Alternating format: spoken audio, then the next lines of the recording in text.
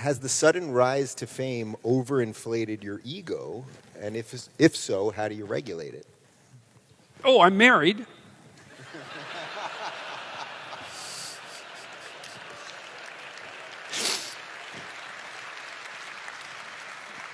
Well, and more importantly, I'm married to someone who's very sensible, and she doesn't let things go to her head, really. She doesn't get overly upset and desperate when things are overly upsetting and desperate, and she doesn't get overly enthusiastic and narcissistic when things are going well. She's very level-headed, and and we've been through a lot. We're not kids, my wife and I. We're both damn near 60, and we've had our kids and we have grandkids, and we've traveled all over the world and met all sorts of people and done all sorts of things. And so, we're reasonably sensible, and to the degree that we're not, we sort of butt up against each other and try to make ourselves slightly more sensible than we are. And so that's helpful. And also over the last couple of years, I've been watching very carefully because, well, especially for the first year and a half, because I was always one utterance away from complete bloody disaster. And so I was watching what I was saying and doing very carefully, but I had people around me who were doing the same. My wife being foremost, my two kids who are both awake, and careful, and they were keeping a close eye on things. And my parents are still alive, and they were watching as well.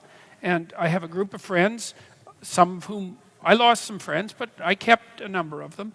And they were watching very carefully and letting me know when I was not, a little too angry maybe, or a little too acerbic or arrogant. All those things, they'd let me know right away. And so, and I've been a psychologist for a long time, and I know, especially from reading Carl Jung, about the danger of ego inflation.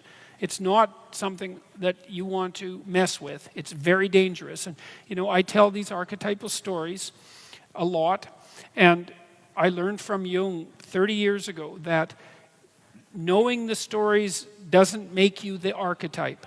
And that's very, very, very important to understand, And so I try to be cognizant of my shortcomings, which are manifold, and to be grateful. That's a good thing. Like tonight, here you all are, and I'm really happy about that, pleased about that. And I would say grateful is a rough word to use because it's been overused, It's been used by people who it's been used to signal a virtue that is non-existent often. But I am grateful for this because it's so unlikely, that there's 5,500 of us here sitting together in peace and tranquility and harmony, trying to think hard about what we should be doing in our lives and how we can make ourselves better in a non-naive and non, what would you call it? It's that. There's a kind of striving for goodness that isn't virtuous. And I think it's the praying in public kind. It's the I'm against poverty sign kind. I'm hoping what this is that it's the old original sin kind. It's like, yeah, Christ, there's plenty wrong with me. And I include myself in this all the time, I know there's plenty wrong with me. It's like, it'd be good if something could be done about it, even a little bit.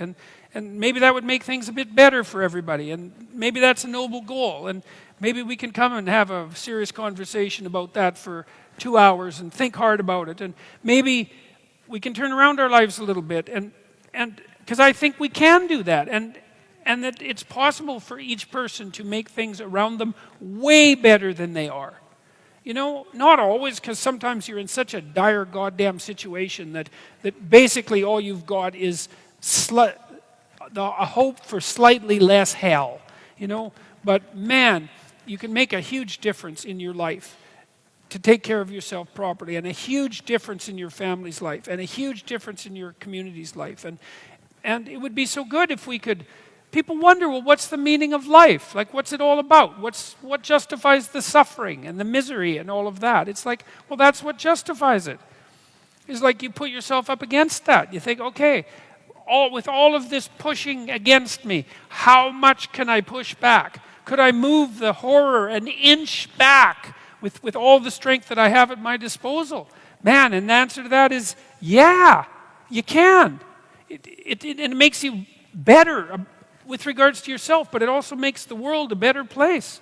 And so, more of that. And you don't want to be narcissistic or egotistic about that, because it just gets in the way, And one of the things I learned from Solzhenitsyn, this was an unbelievably useful, man. This is a pronoun thing. About 30 years ago, I came across this website that had been produced by this guy who was a paranoid schizophrenic. And he was an aerospace engineer in England, and he was no fool. He's a real genius. He put together a really interesting site. And he had this delusion, he had developed this delusion that he was the center of the world. And he had this really complicated explanation because he lived in the geographic center of England, and he thought of England as the center of the word that had spread around the world. And he lived right in the middle of the town that was in the geographic center. And so his schizophrenic fantasy had put him at the center of the world, the center. And he'd made a very elaborate web page about all of this. So I was thinking about that, the center of the world. I was also reading Solzhenitsyn at the same time, and Solzhenitsyn said, that the world is constituted, and this is one of the fundamental axioms of Western civilization, is the world is constituted so that each person is a center of the world. Like literally. That we can't understand this because we can't understand how something could be constructed so that could be the case, because we're used to things having one center. But the universe isn't like that. It has multiple centers. Every conscious being is a center, and a center of infinite scope in some sense, like bounded but infinite, which is also very difficult to understand. And there's a big difference between being the center of the world and a center of the world. So if you remember that you're a center of the world, then you stay sane. But as soon as you start thinking that you're the center of the world, well then, you're just done. And it's not going to be helpful.